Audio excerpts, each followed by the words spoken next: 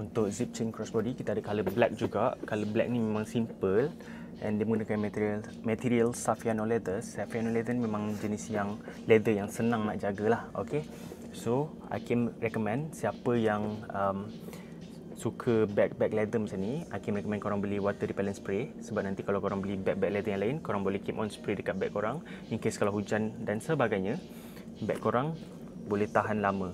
Okay, sebab leather kan sensitif dengan air.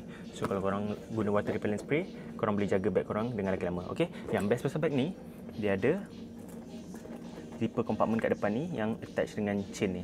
So itu yang buat dia cantik lah. And then dia ada pin mount logo dekat depan ni dan zipper compartment. Lepas tu ada satu poket kat sini, satu poket dekat belakang.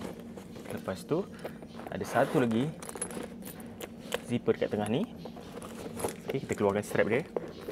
Dan dalam ni ada satu lagi poket. So banyak gila poket and compartment dekat bag ni. Bag ni tak adalah besar sangat. Dia boleh kira medium size. Nampak tak? Tak besar sangat, tak kecil sangat. Tapi banyak gila poket yang dia bagi.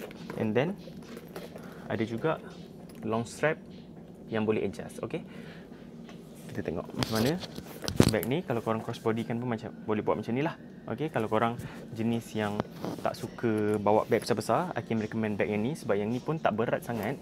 Sebab the only thing yang ada berat dekat bag ni cuma chain ni je. Yang lain ni semua material yang sangat-sangat ringan lah. Okay, Hakim sangat-sangat recommend bag ni. Bag ni dah berjuta dah kita jual. Hakim tak tahu exact number, tapi so far sebab Hakim yang box barang, so Hakim tahu dah banyak dah kita jual bag ni.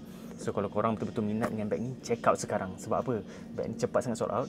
And voucher yang kita ada dekat kedai kita sekarang pun tak banyak tau. Dia ada maximum quantity yang korang boleh gunakan. Kalau voucher dah habis atau bag dah habis, korang yang rugi. Kalau nak, check out sekarang, baca detail dengan harga kat bawah. Okay?